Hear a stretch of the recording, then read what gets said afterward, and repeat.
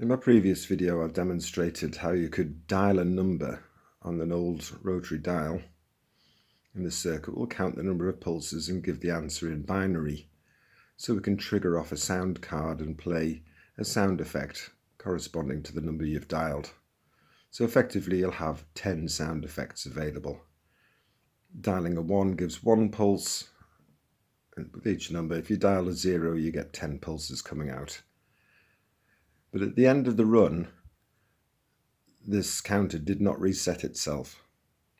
I had to pull the power lead out to reset the whole circuit. But now I've implemented a reset switch here, along with the pulse counting switch here. So you can slowly demonstrate what happens. This is your rotary dial mechanism taken from a phone. This is the UK version. And it's very similar to any other you'll find around the globe. Let's take a look at the back. So we have a whole set of contacts that we can use, and there's a toothed wheel in the middle, which is going to make this little cam move up and down to move these contacts up and down. When you dial, the pulses that you create done like this. Literally the dialer makes this contact do that. That creates a pulse on the line. Open, close, pump, pulse, pulse, pulse, pulse. Just before, as you dial, when you put your finger into the finger wheel and start to rotate, there are 2 contacts here and here. One at the bottom, one at the top. I can't remember rightly from my readings, but these are needed to disconnect the handset whilst you dial, so you don't hear the clicking through the handset, and down any blips are transmitted down the speaker wires to anywhere, so you don't get any false signals, you don't hear any clicking. We're going to use this bottom contact for our auto reset feature. So when I start to dial, you'll see these contacts move first. Sorry, my camera keeps blurring. As we rotate, we're going this way around, this little center arm will move up. It will release this leg first and join it to here, and then this leg will follow and join it to that contact there. So my phone's terrible, there you go. So once again, as you dial, this cam rotates anti-clockwise as you're looking at it. This contact shuts first, then that one. As you release the finger wheel, this cam will jump up and down, giving the number of pulses equal to the number you've dialed. And then in the very final moments, this cam returns back round, disconnects this one first and that one last. So I'm going to use this bottom contact for my auto reset on the grey and blue wires. These orange and pink are going to be used for pulsing. So in slow motion, go down there. So as I dial, you can see the contact move. See that? Bottom one first, then top one. Bottom one closed, then top one. Yeah. So those switches are now closed.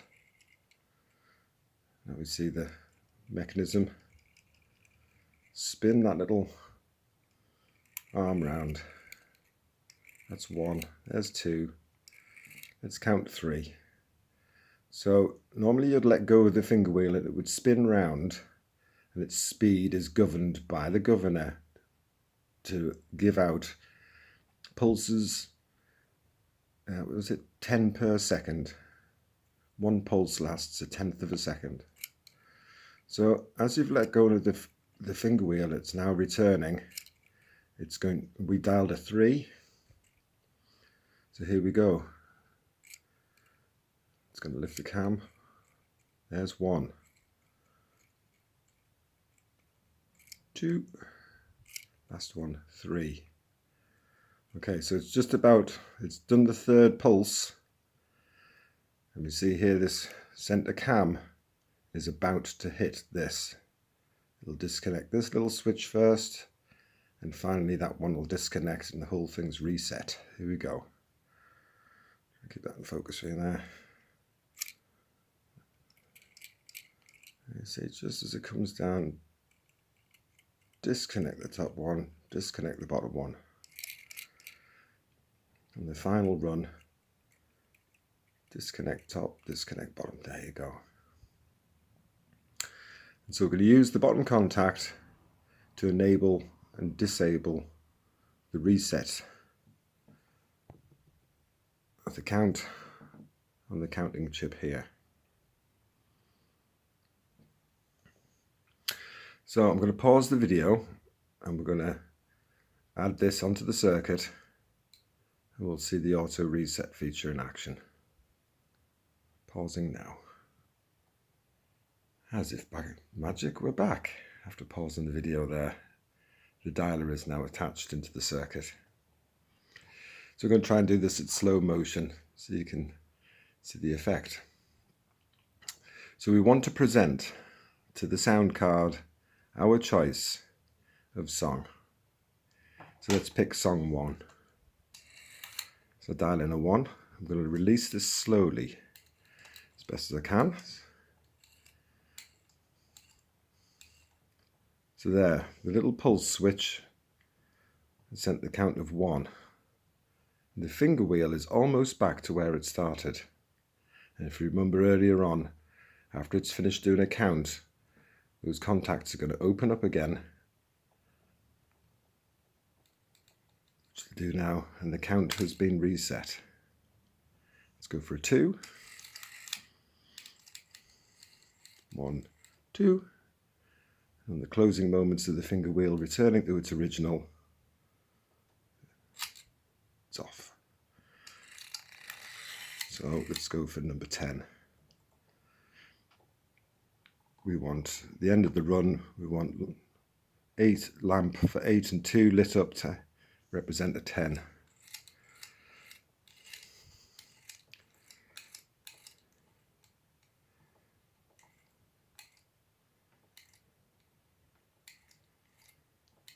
Nine. Oh, sorry, 7. Can't count in binary. There's an 8. Sticky there. There's your 9. And there's 10.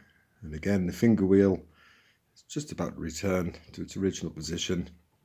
The sound card has been given a 10 to play, and then it shuts the signal off, but the sound card will carry on playing the song until it receives another signal. Now we'll do it at normal working speed. What will happen here, you will not be able to see the answer 10 at the end of this because of persistence of vision, because we're watching on video and the LEDs don't react as fast as the electrical signals. The electrical signals are already disappeared, but the light's just fading away, so you don't quite get to see the final result like we did in slow motion.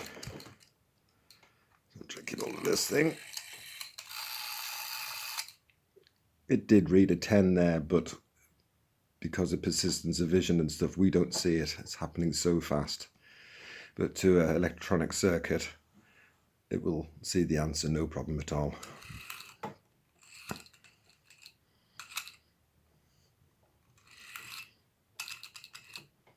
So only these 2 LEDs should light for number 3.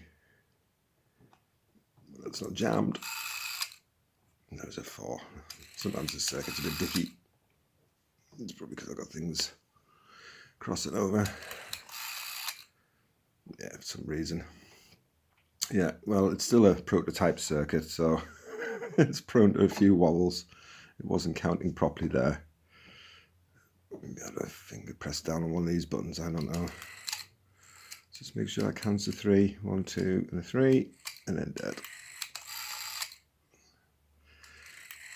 The 4 is just this third light on its own, and so that should be the final light, but you'll probably still see light off the others as they fade away. Let's stuff it up again.